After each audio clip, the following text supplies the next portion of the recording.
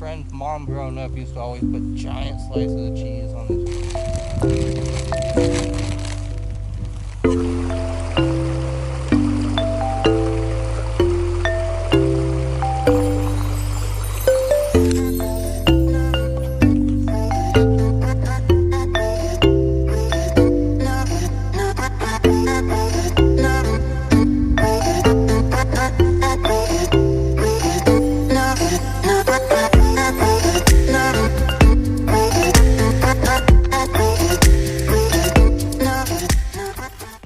What'd you get? New shoes! The same exact ones. Ooh. But they're very blue. I think we got ultras again. It's like Christmas. What, the black? Oh, I like Nice. the black. But the old tread, there's not much there on that It's a side. pretty big difference. We stayed with Fritz and Cheryl, who are friends of Tom Tom's, and they were just the nicest people. They, picked us up and gave us a place to stay, and they even cooked this amazing salmon and steak dinner for us. You have said in the past that you suffer from multiple personality disorder. Well, I don't suffer from it anymore. Who is this? The Roseanne. A Roseanne? Oh, Roseanne. And then, of course, because we're in Montana, we went to another rodeo after dinner. We're at the Helena Last Chance Stampede Rodeo. Welcome to the weekend, everybody. This is Wayne Brooks on behalf of one of the hardest working rodeo committees in the world saying welcome. Tonight you're going to see a lot of paint all around this arena. We are thrilled to death to oh, Tucker Green, go for it, Tucker, go for it.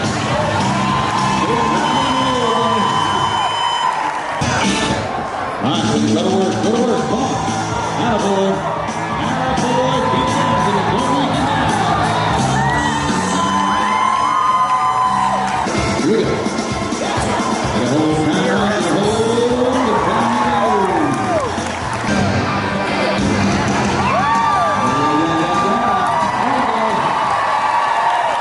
Watch this horse, you're gonna love him.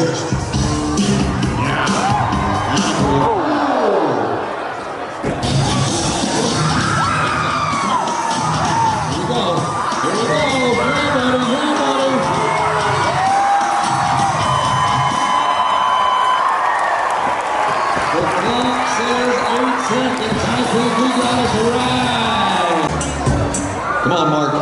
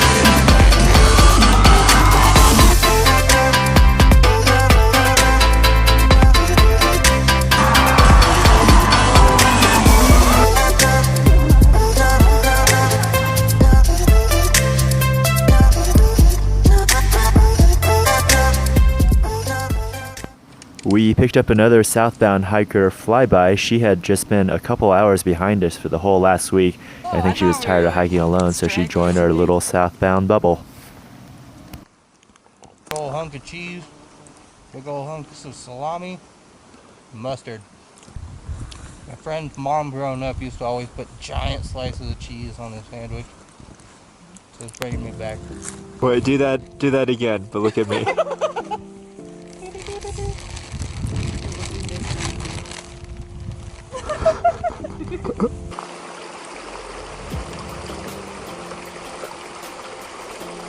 Letters from Will. Hitching has been fantastic fun. An Indian man, Anand, and his wife Barbara drove me about 50 miles. Then a southern couple named Ben and Leslie fed me beers and wisdom as I sat in the backseat of the pickup for about 30 miles. Then Dylan, a gay man with a Brazilian-Italian husband who was not with us, drove me 118 miles as we discussed science, music, politics, etc. Then a Trump-loving former Soviet soldier truck driver named Vlad took me the last 96 miles as we conversed with his limited English, and I tried not to offend him while he yelled at me about politics. He was very excitable and had a medical condition due to radiation poisoning from responding to the Chernobyl nuclear meltdown when he was in the USSR military. Quite a day of hitching.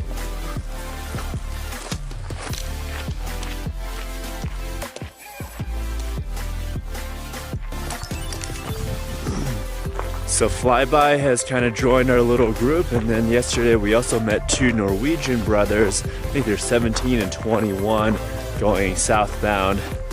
Those guys were kind of funny because they kept losing things. I guess they lost their spoons earlier on. One of them lost their tent stakes.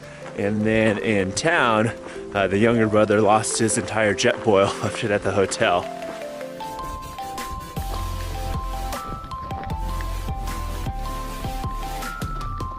I packed out some really good food this time. I'm gonna have bagel with pepper jack cheese and real rotisserie chicken. So that was just a Costco chicken. I deboned it and I've been carrying it out here. That's what I've got? Yeah, just like, you know, what are you sleeping on? What are you? Well, I'm sleeping on top of a Frog Togs emergency poncho, which is also part of my rain gear system. You can see that it's like super squished because it's also the frame of my backpack. What kind of sleeping bag are you using? It's a Feathered Friends bag. I got it new for this hike and I love it so much. And all the down is ethical.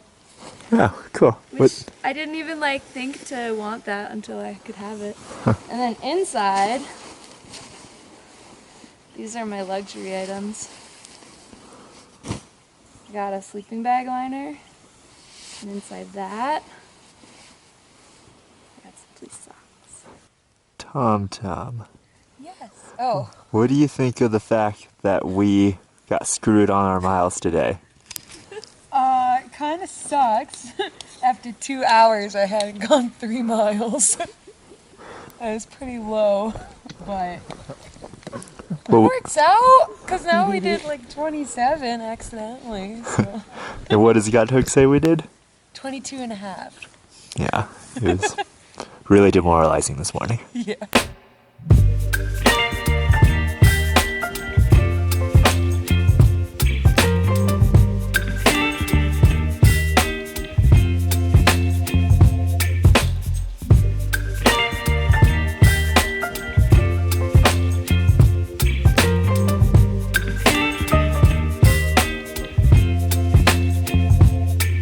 Baby, you give me ice and fire.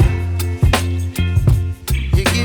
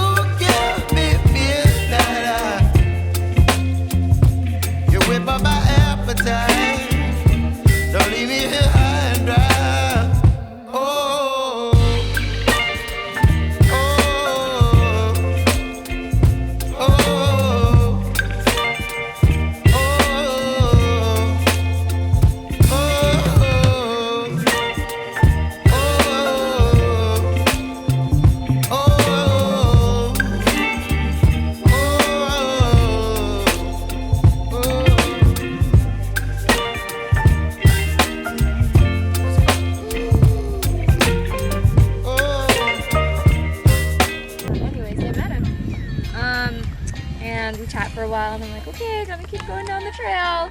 And they were like, oh, do you want some beer? And I said, yes, of course. And I had been very, very clear that I had other people who knew where I was, because that's what I do when I meet strangers. And they were like, oh, do you want some for your friends? And then they just gave me 4 beers. That's awesome. So I missed Glad you didn't get kidnapped. Yeah, me too. What's up, dude?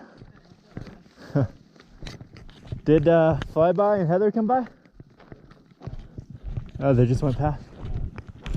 They're gonna keep walking? I think they're looking for a site. They were kind of up here for a while and they found one, they said. Okay. I heard them say, and then they just went on to find more. Yeah.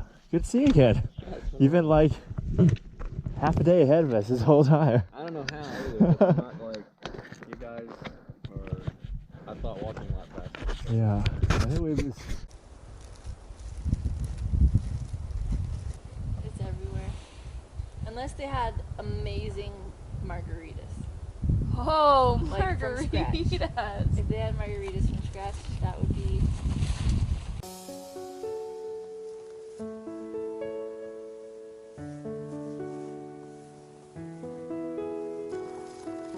There's Matt. Hey, Matt. Morning. So we've been making really good time. We did 27 miles on Monday, 28.6 yesterday, and today's gonna be a shorter day, just 23 something I believe, to a nice site with water. The dry stretch yesterday wasn't very fun. I got to this place that was supposed to have water, and I was completely dry, so I was, pretty thirsty. And turns out that place did not have water, so I had to do another 5 miles until I found this tiny little spring in the ground where I had to scoop out some dirt to be able to get at the water. But that was really miserable. Towards the end, I was starting to feel lightheaded and just super, super dehydrated. I think I'm gonna carry out less food next time. I've really not been hungry for the last 2 days. I mean, I've still been eating a ton, but haven't been hungry. And I think that's because my body is adapting to this workload. So that's a phenomenon I noticed out here. The first couple of weeks, always just ravenously hungry.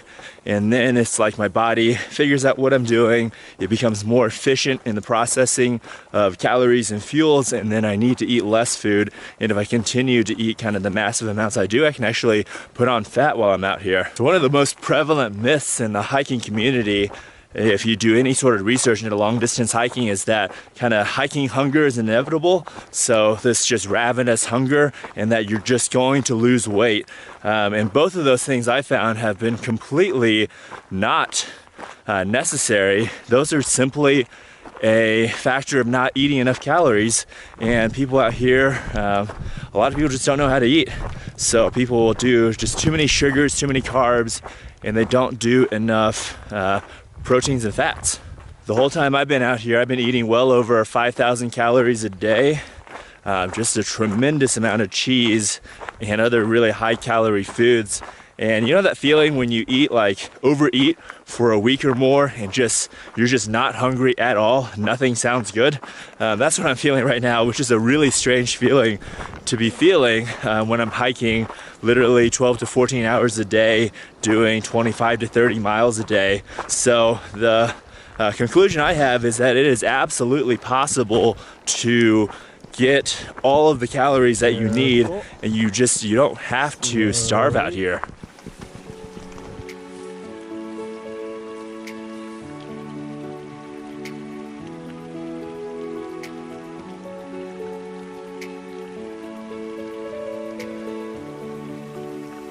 Lovely creek. We've got really good water for the next 20 miles. So much better than yesterday.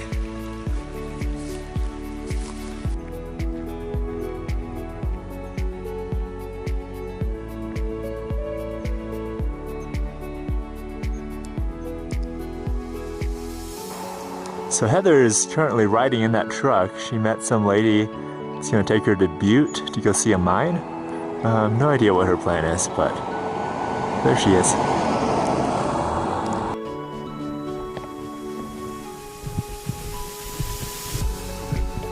The Nez Perce were one of the tribes that Lewis and Clark met along their journey, and they actually helped them out a lot. It's kind of cool to be in the same area.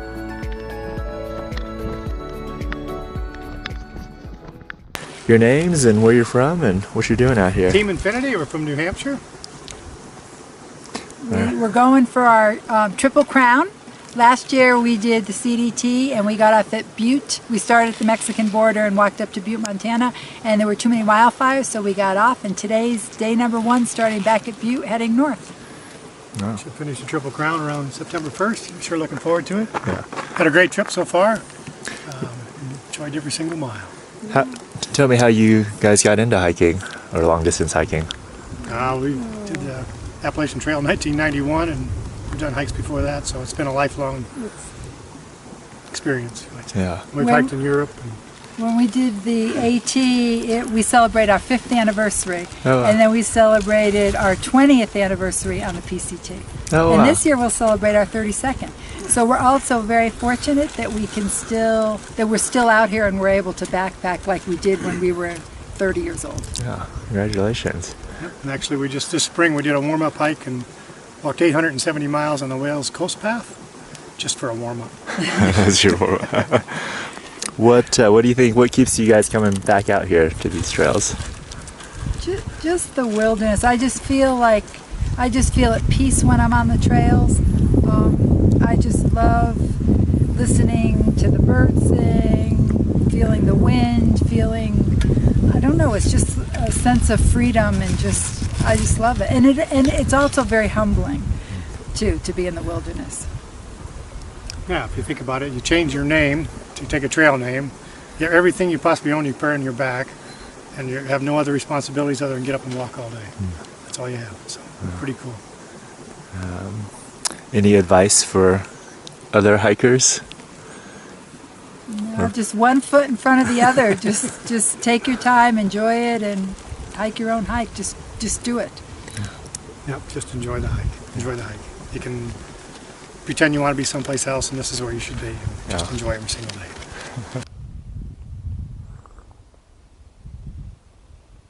I got off that mountain just in time. Looks like the storm is sliding right over where I was. I don't envy Team Infinity right now because they're climbing right into that storm. But I'm hoping I'm gonna miss the brunt of it. It's no motivator quite like a thunderstorm to make you walk faster. Really hope I get to camp and set up before the rain starts.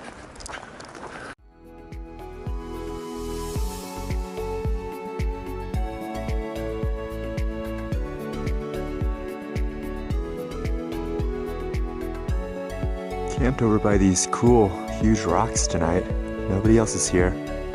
I think me and Tom are about 15 miles behind right now. And Heather and Flyby decided to go a little further ahead tonight. So we'll just all catch up when we get into Butte. But I was gonna camp right over there. I had my tent set up over there, and I noticed this dead tree, and I wanted to camp in case there might be thunderstorms tonight, maybe get a windbreak from that rock. But it's no good if a tree falls on me, so that's why I moved my tent.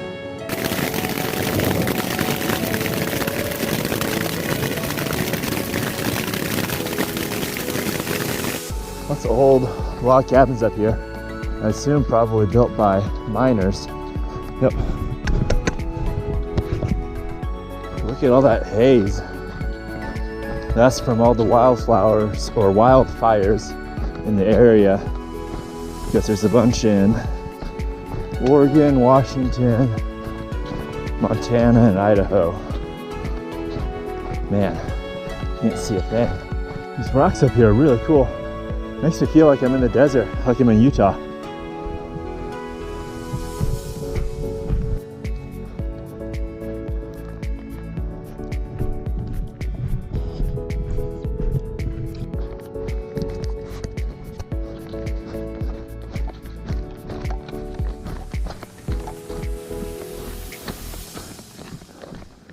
Gotta get down for town food. I kind of do this slalom thing when I'm going downhill. It's pretty efficient and really fast. The only thing is I gotta be careful so I don't slip and fall. But trekking poles help a lot.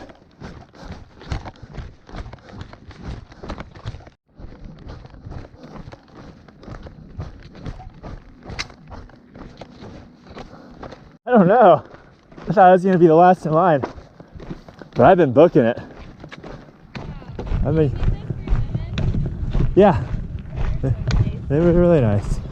I think Fritz is down here now. Cool. We'll go down and he says he has surprises for us. Yeah. I love surprises. I do too. How was your hike yesterday? I was pretty tired, Yeah. like during that 9-mile climb, but after that, felt pretty good. How was yours? Pretty good. Wait, did you see where I left the thing about the view? No. Did you see Our Lady of the Rockies? Yeah. I accidentally started climbing up that today. Oh no! Was it a really good view? Did you climb up there? Alright, it just was exciting. Very exciting. Oh, okay. Oh, that's the statue that you were talking about? I think we'll be able to see it from you. Oh, okay, cool. Yeah, no, today I